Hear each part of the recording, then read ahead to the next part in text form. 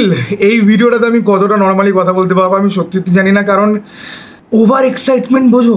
দেখো একটা কথা বলি, পার্বতী কেন মারা গেছিল? পার্বতী আগুনে ঝাঁপ দিয়ে আত্মহত্যা করেছিল। কেন করেছিল? কারণ তার বাবা তাকে অপমান করে এবং শিব ঠাকুরকে নিয়ে বাজে কথা বলে, এবং শিব নিজের একজন সহচর, একজন অনুগামীকে, পার্বতীর বাবাকে এবং যারা পার্বতীর অপমানটা দেখেছে সেটাকে ধ্বংস করার জন্য পাঠিয়েছিল।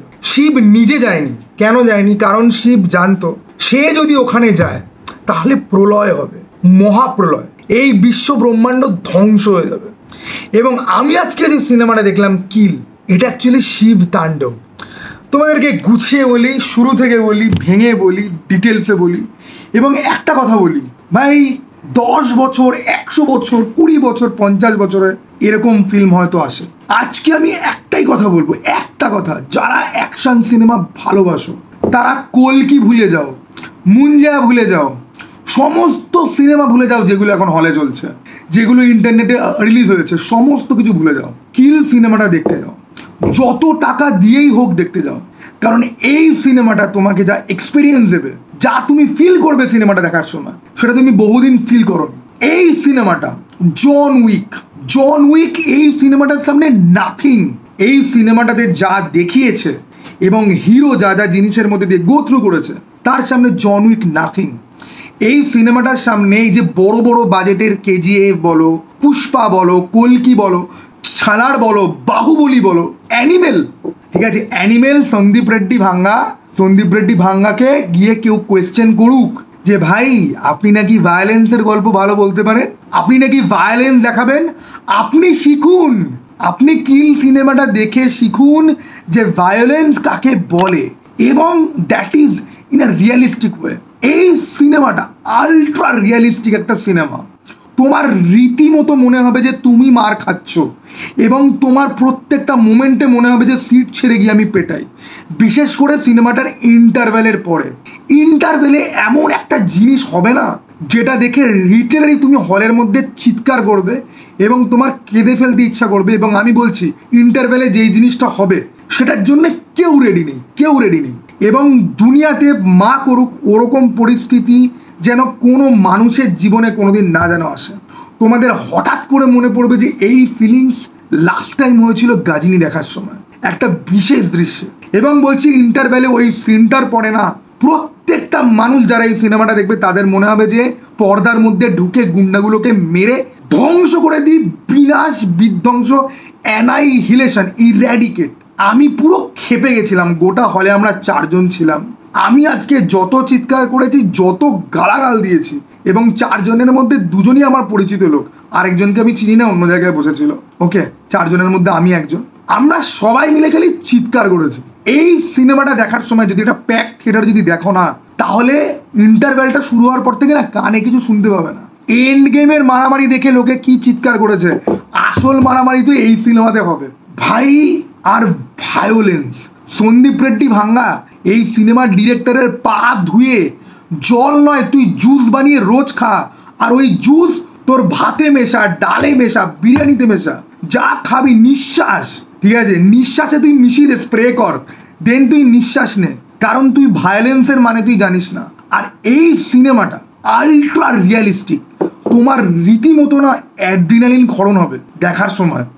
এবং ক্লোজ কোয়ার্টার কমব্যাট বলে একটা ওয়ার্ড হয়, যেটা আমাদের প্যারামিলিটারি বা মিলিটারি বা আর্ম ফোর্সে যারা কাজ করে বা পুলিশ যারা, তারা খুব ভালো করে জানে। তুমি যখন টাইগার শ্রফকে দেখো বাঁদরের বাচ্চার মতো ঘুরে ঘুরে লাথি মারতে, একটা ওপেন গ্রাউন্ডে 10টা লোককে ও জাম করে করে কিক মারছে, এই সিনেমাতে একটা ট্রেন যেখানে করিডর ছাড়া, সিট ছাড়া, তুমি মুভ করলে পরেই তুমি ধাক্কা খাবে, যেখানে ভালো করে মুভ করার জায়গা থাকে না, দৌড়ানোর জায়গা থাকে না, সেইখানে 2টো লোক অলমোস্ট 40-50 জনের সাথে মারামারি করছে। এবং ভাই প্রত্যেকটা ক্যারেক্টার, 2টো এই সিনেমাতে হিরো আছে, কিছু সাইড ক্যারেক্টার রয়েছে, আর ভিলেন, মাল্টিপল ভিলেন রয়েছে।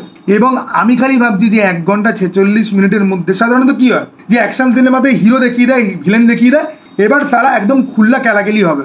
এখানে ভিলেনদের মধ্যেও স্তর রয়েছে, ভিলেনদের বাবা, কাকা, ছেলে, পুরো জেনারেশন, ডাকাতের বংশ, আলিবাবা ও 40 চোর, এটা হচ্ছে গিয়ে আলিবাবা ও 40 চোর ভার্সেস ইন্ডিয়ার দুটো এনএফজি কমান্ডার যাদের কাছে কোনো ওয়েপন নেই।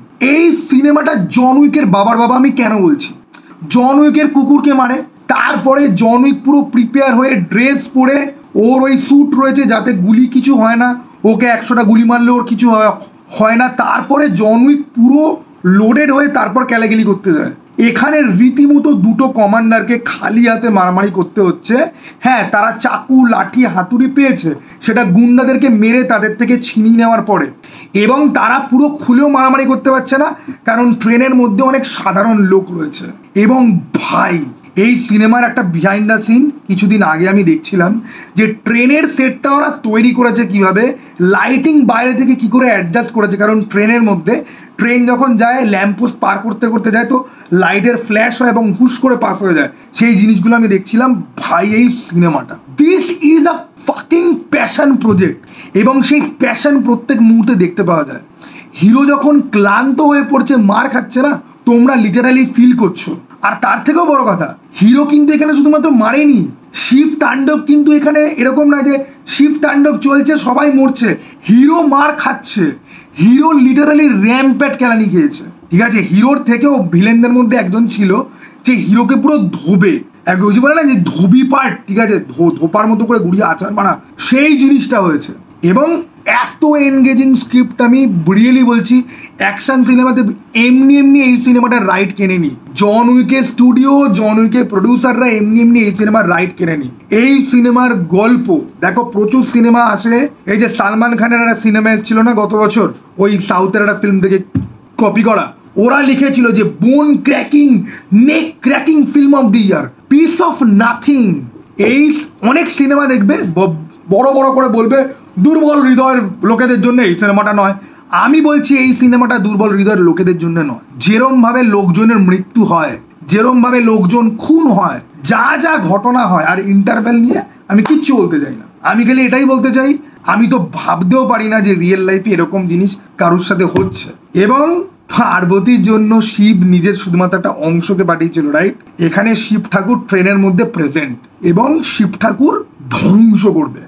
ধ্বংস মানে অ্যানাইহিলেশন। অ্যান্ড ভাই, এই যে একটা কথা আছে না যে কি দেখলাম জন্ম জন্মান্তরেও ভুলতে পারবো না, ভাই আমি এই সিনেমাটার পুজো করবো। লিটারেলি বলছি, এই সিনেমাটার আমি মানে এই আজ অব্দি ইন্ডিয়াতে যত অ্যাকশন সিনেমা তৈরি হয়েছে, এই সিনেমাটার কাছাকাছি কেউ যেতে পারবে না। মার্দ কো দর্দ নেই হোতা, ওই সিনেমাটা হয়তো অ্যাকশন কোরিওগ্রাফির জন্য একটুখানি যেতে পারে, বাট অত অবধি। আর রামচরণ যখন ওই বিদ্রোহীদের মধ্যে থেকে ওই লোকটাকে তুলে নিয়ে যখন এসেছিল, ওই একটা সিন যেটাকে আমি অনেস্টলি বলতে পারি যে ইন্ডিয়াতে আজ অব্দি যত অ্যাকশন সিনেমার যত সিন আছে, ওই একটা সিন যেটা মারাত্মক, মারাত্মক মানে মারাত্মক। ওরকম সিন হলিউডেও আমি ওরকম সিন পাইনি এখনো। আর এই সিনেমাটা হলিউড আর হংকং অ্যাকশন সিনেমার বাপ। আর এইরকম realistic army close quarter combat, যেখানে গ্র্যাপলিং থেকে শুরু করে, কালি থেকে শুরু করে, ক্রাভ মাগা থেকে শুরু করে, এবং পিওর ব্রল, কিছু কিছু জায়গাতে একদম পিওর ব্রল হচ্ছে, লোকজনকে জড়িয়ে ধরে যেদিকে পারছে সেদিকে মারছে। এবং স্ল্যাশার, হিরো যখন হাতে হাতুড়ি বা ছুরি বা কিছু একটা নাইফ, মানে একটা ভাঙা কাচের টুকরো হিরো যখন পাচ্ছে না, তুমি জানো যে এবার তোমার ব্রেন থেকে অক্সিটোসিন বেরোবে। এটা একটা মারাত্মক সিনেমা, মারাত্মক সিনেমা, মানে মারাত্মক সিনেমা। আমি এই সিনেমাটা আজকে একবার দেখেছি, আমি আরও দুবার এই সিনেমাটা দেখতে যাবো।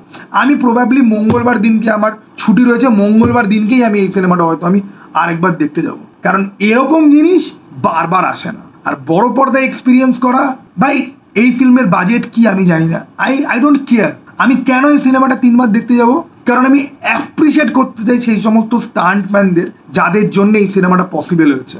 আমি অ্যাপ্রিসিয়েট করতে চাই এই হিরোকে যে এইরকম কমপ্লেক্স কোরিওগ্রাফি অ্যাকচুয়ালি নামিয়েছে মানে ঠিকঠাকভাবে। আর আমি অ্যাপ্রিসিয়েট করতে চাই ওই ডিরেক্টরকে বা ওই অ্যাকশন কোরিওগ্রাফারকে বা ওই অ্যাকশন মাস্টারকে, যারা পুরো ডিজাইন করেছে, ঠিক আছে, প্রত্যেকটা ক্যারেক্টার আর্ক থেকে শুরু করে একটা ট্রেনের এইরকম একটা মানে ক্যাওসের মধ্যে দিয়েও যে ক্যারেক্টার ট্রেট আলাদা করে বার করা যায়, ঠিক আছে, ক্যারেক্টারদেরকে এস্টাবলিশ করা যায়, মাল্টিপল ভিলেন রাখা যায়।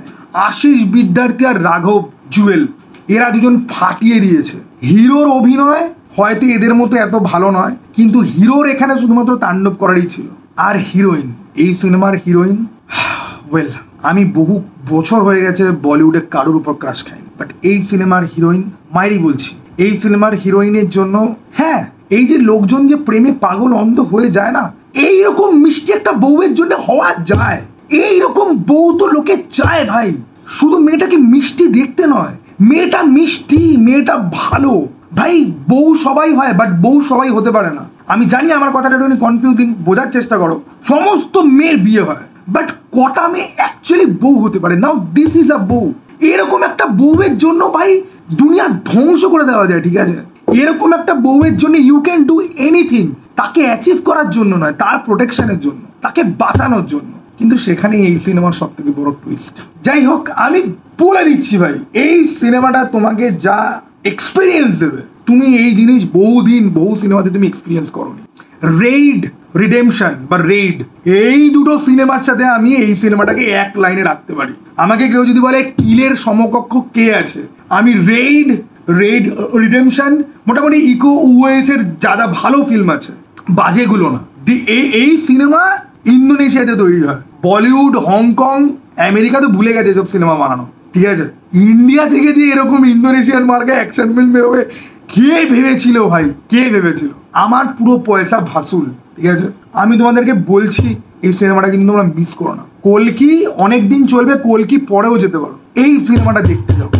এই সিনেমাটা ডিজার্ভ করে হলে বসে দেখা। One of the most epickest action film I have ever watched. Ultra pro max, সেই আলট্রা প্রো ম্যাক্সে ভাই 64 জিবি র্যাম নেই, 640 জিবি র্যাম আছে। আর হার্ড ডিস্ক রয়েছে হচ্ছে কি 2000 টিবি।